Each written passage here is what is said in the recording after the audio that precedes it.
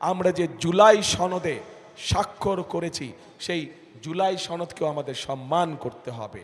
এবং সেজন্যই আপনাদের সকলকে অনুরোধ করব যে ধানের শীষে যেমন সিলটা দিবেন 12 তারিখে, একই সাথে আপনাকে যে দ্বিতীয় ব্যালট পেপারটি দিবে হ্যাঁ এবং না, সেখানে হাঁয়ের পক্ষে দয়া করে আপনারা রায় দিবেন। মনে থাকবে তো? এই রংপুর হচ্ছে আবু সাইদের পবিত্র রক্তে মিশানো মাটি। কাজেই যেই ত্যাগ আমরা জুলাই আন্দোলনে দেখেছি সেই ত্যাগ কখনো বৃথা যেতে পারে না। আমাদেরকে যে কোনো মূল্যে সেই ত্যাগের মূল্যায়ন করতে হবে।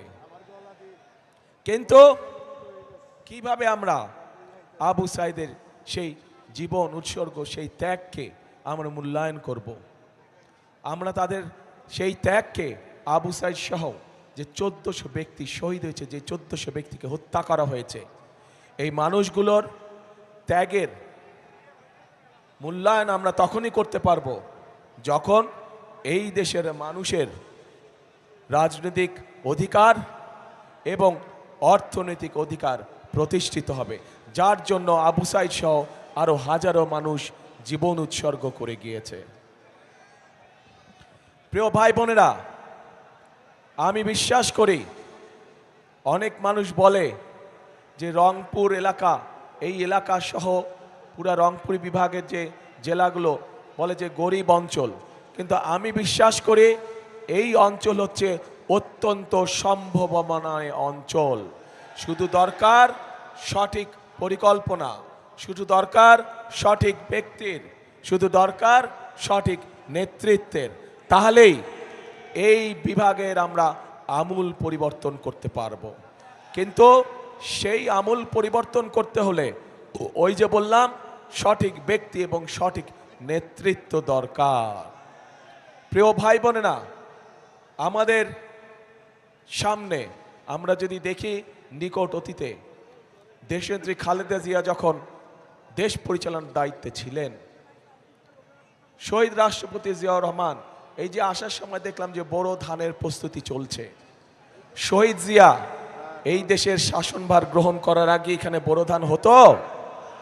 মুরব্বীরা আছে জানবেন, ইয়াং ছেলেপেলে যারা আছে তোমরা হয়তো জানবে না, কিন্তু মুরব্বীরা জানে হতো না।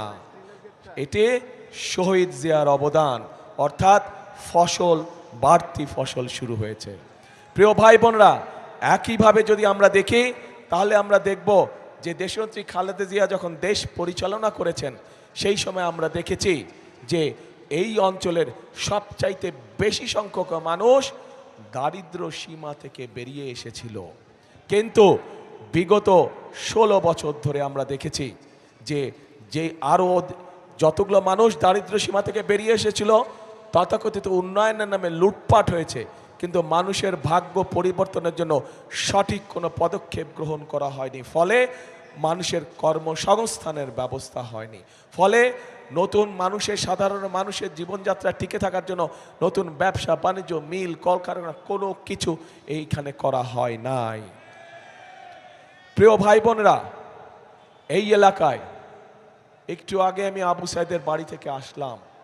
আমি নিজেও জানতাম না যে সেইখানেও পর্যন্ত কয়লা আছে। আমি জানতাম দিনাজপুরে কয়লা আছে, কিন্তু আজ আমি শুনলাম যে সেখানেও কয়লা আছে।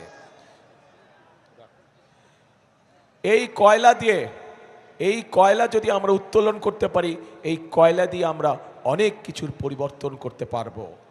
প্রিয় ভাই বোনেরা, আমরা সবাই জানি এই অঞ্চল হচ্ছে কৃষি প্রধান অঞ্চল।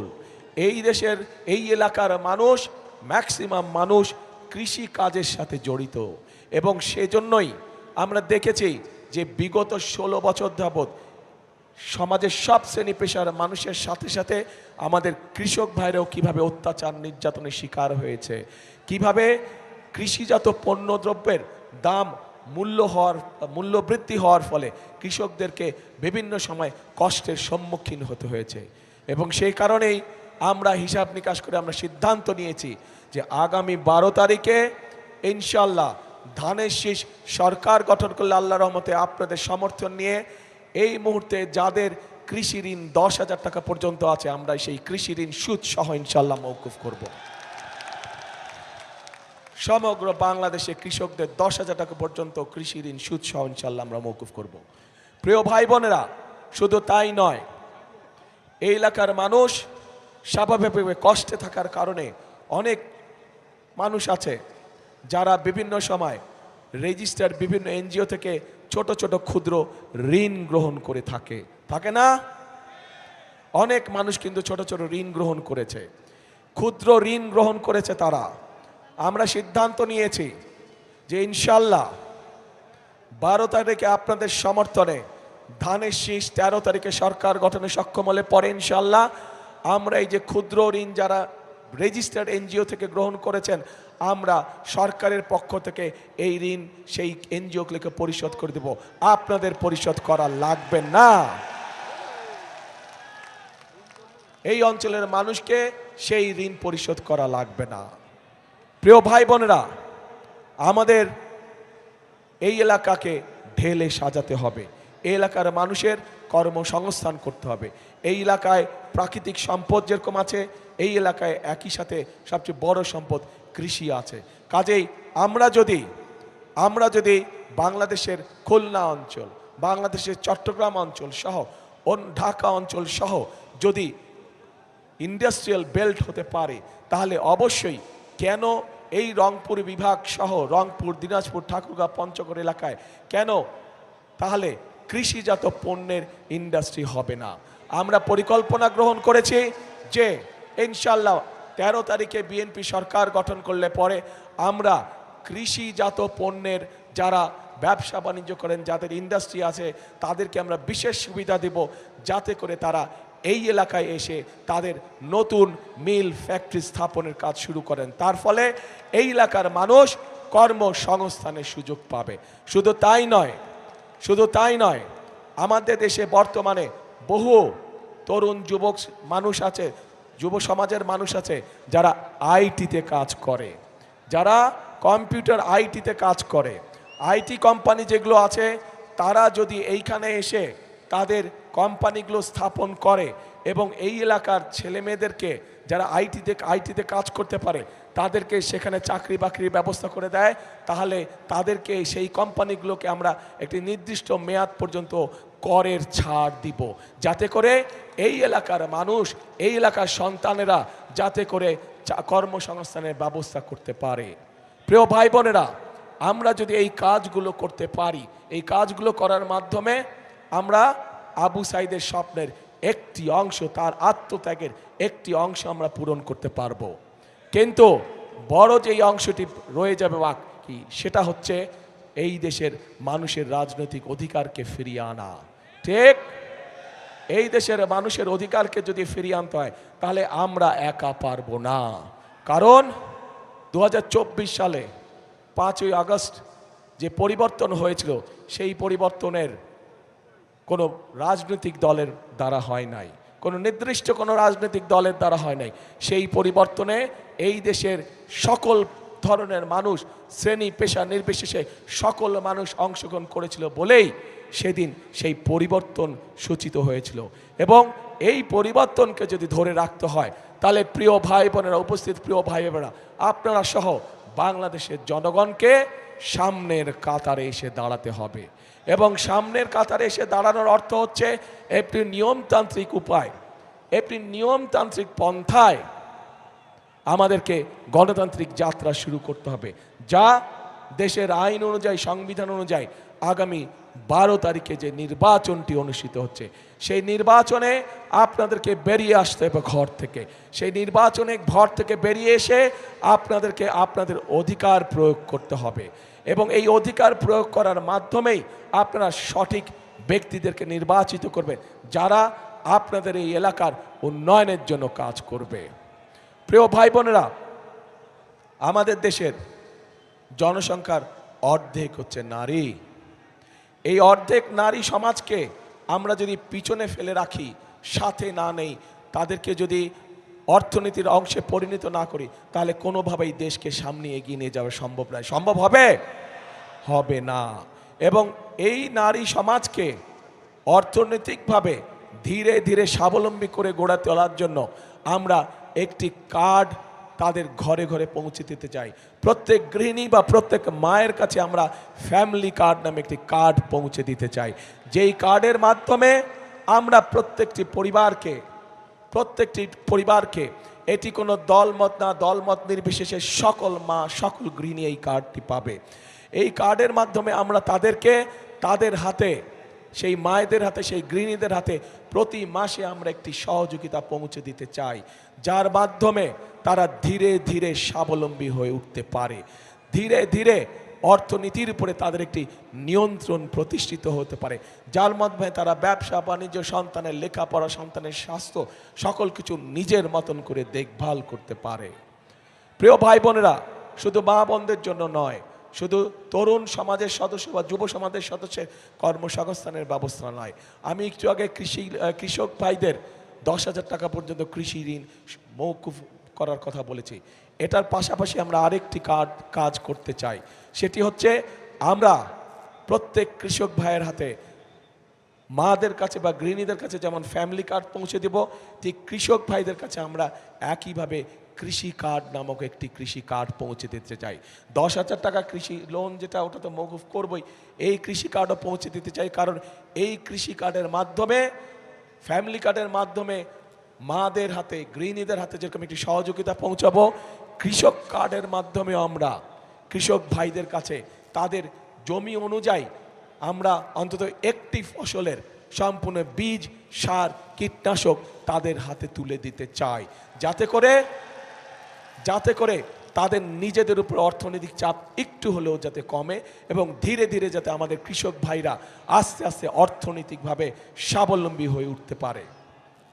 প্রিয় ভাই বোনেরা, এখন এই পরিকল্পনাগুলোকে যদি বাস্তবায়ন করতে হয়, আমরা তো বাস্তবায়ন করব আল্লাহর রহমতে। আপনাদের সমর্থন নিয়ে আমরা সরকার গঠন করলে আমরা একটা পরিকল্পনা বাস্তবায়ন করব, কিন্তু সেই পরিকল্পনা বাস্তবায়নে আপনাদের সাহায্য ছাড়া তো করতে পারবো না আমরা। আমাদের সংক্ষেপে আমাদের কয়েকটি পরিকল্পনার কথা আপনাদের সামনে তুলে ধরেছি। এখন আমি আপনাদের কাছে জানতে চাই, আমার জানতে ইচ্ছা করছে, আমাদের পরিকল্পনাটা বললাম, প্রিয় ভাই বোনেরা, আপনাদের পরিকল্পনাটা কি? হ্যাঁ, শুনি না। আরে ভাই, শুনি না তো। আবার একটু জোরে বললে শুনি। রাইট, ধানের শীষ। কবে? হ্যাঁ, কবে? 12 তারিখ। কখন যাবেন? একদম ফজরের ওয়াক্তে গিয়ে ফজরের সময় ওখানে জামাত আদায় করতে হবে, যাতে করে ওই 16 বছর যেমন নিশিরাতের নির্বাচন হয়েছিল, আমরা এবার আর করতে দেব না। 16 বছর যখন আমুর নির্বাচন হয়েছিল, আমরা এবার করতে দেব না। এবার হচ্ছে জনগণের পালা। জনগণ এবার সিদ্ধান্ত নেবে তারা কি করবে। কাজেই জনগণ, সকল মুসলমান, হিন্দু, বৌদ্ধ, খ্রিস্টান, যে যেখানে আছেন, সকল ধরনের মানুষ যারা ভোটার, প্রত্যেকে ভোরবেলায় গিয়ে ভোট কেন্দ্রের সামনে লাইন দিয়ে দাঁড়াতে হবে, যাতে করে কেউ কোনো ষড়যন্ত্র করতে না পারে। সতর্ক থাকতে হবে। প্রিয় ভাই বোনেরা, আরেকটি গুরুত্বপূর্ণ বিষয় আছে। আপনাদের নিশ্চয়ই মনে আছে, আজকে থেকে প্রায় 2.5 বছর আগে যখন স্বৈরাচার এই দেশের মানুষের কাঁধের উপরে চেপে বসেছিল, সেই সময় বিএনপি সংস্কার প্রস্তাব দিয়েছিল দেশের মানুষের সামনে। 31 দফা সংস্কার প্রস্তাব, মনে আছে? 31 দফা সংস্কার প্রস্তাব মনে আছে আপনাদের? জানেন তো? আচ্ছা, পরবর্তীতে আমরা কি দেখলাম, যে বর্তমান সরকার যখন আসলো, অন্তর্বর্তীকালীন সরকার এসে তারা একটি সংস্কার কমিশন করলো এবং বাংলাদেশের প্রায় কম বেশি রাজনৈতিক দলগুলোকে সেখানে আহ্বান করলো। আমরাও গিয়েছি সেখানে, আমরা আমাদের সংস্কার প্রস্তাব আমরা দিয়েছি এবং মোটামুটিভাবে সংস্কার প্রস্তাব যেগুলো আমরা দিয়েছি, যা আমরা জনগণের সামনে অনেক আগে উপস্থাপন করেছিলাম, সেইগুলাই কম বেশিভাবে তারাও দিয়েছে। হতে পারে কোনোটি ব্যাপারে আমাদের সাথে কিছু কিছু দ্বিমত আছে, কিন্তু আমাদের সাথে যদি কোনোটির ব্যাপারে দ্বিমত থাকে, আমরা কোনো লুকো ছাপা করিনি। আমরা জনগণের সামনে প্রকাশ্যে বলেছি যে কোনটিতে আমরা সম্মতি দিয়েছি এবং কোনটিতে আমাদের কিছু ডিসএগ্রিমেন্ট আছে, প্রকাশ্যে বলেছি। এখানে কোনো লুকো ছাপার কোনো বিষয় নাই। এখন প্রিয় ভাই বোনেরা, এই যে 12 তারিখে যে আপনারা আপনাদের পরিকল্পনা সফল করতে যাবেন, একই সাথে আরেকটি কাজ করতে হবে। এই যেই অধিকার ফিরানোর জন্য আবু সাইদ নিজের জীবনকে উৎসর্গ করেছে, চট্টগ্রামে ওয়াসিম নিজের জীবনকে উৎসর্গ করেছে, এরকম হাজারো মানুষ যারা নিজের জীবনকে উৎসর্গ করেছে, তাদের মানুষের ভোটের অধিকার, কথা বলার অধিকার, অর্থনৈতিক অধিকার প্রতিষ্ঠার মাধ্যমে যেমন তাদের এই জীবন উৎসর্গকে আমরা মূল্যায়ন করতে পারবো, একইভাবে তাদের জীবন উৎসর্গকে মূল্যায়ন করতে হলে আমরা যে জুলাই সনদে স্বাক্ষর করেছি, সেই জুলাই সনদকেও আমাদের সম্মান করতে হবে। এবং সেজন্যই আপনাদের সকলকে অনুরোধ করব যে ধানের শীষে যেমন সিলটা দিবেন 12 তারিখে, একই সাথে আপনাকে যে দ্বিতীয় ব্যালট পেপারটি দিবে হ্যাঁ এবং না, সেখানে হায়ের পক্ষে দয়া করে আপনারা রায় দিবেন। মনে থাকবে তো প্রিয় ভাই বোনেরা?